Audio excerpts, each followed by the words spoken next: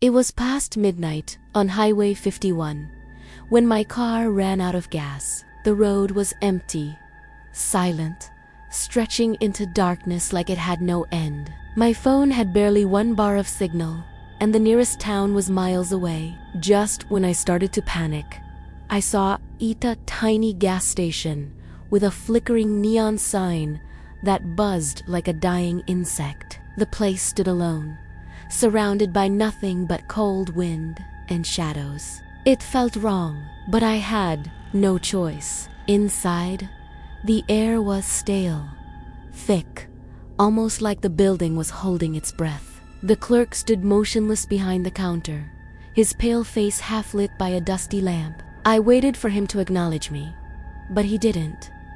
He just stared at the floor. "I just need some gas," I said. My voice cracked. Slowly, he lifted his hand and pointed toward the security monitors on the wall. I turned to look confused at first, then horrified. Every screen showed my car outside. But there was something else, something tall, thin, and impossible to describe standing right next to it. Its head was tilted, as if listening. What is that?" I whispered. The clerk shook his head violently. "You shouldn't have come in. It followed you. They always follow the stranded ones." Before I could ask anything, the lights flickered, the image on the monitors glitched, and suddenly the figure snapped its head toward the camera. Its face, if it had one, was blurred, swirling like smoke caught in a jar. The store trembled.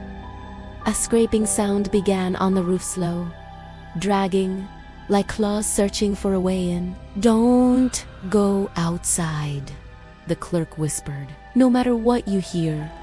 That's when the tapping started on the glass door.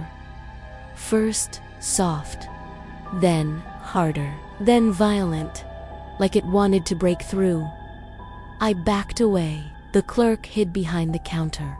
A distorted voice seeped through the crack beneath the door, whispering my name, my actual name. I hadn't said it since I entered. "What does it want?" I whispered. "Companionship," the clerk answered shakily. "Nobody stranded on Highway 51 ever leaves alone." The tapping suddenly stopped. The silence was worse. Then, the door began to open.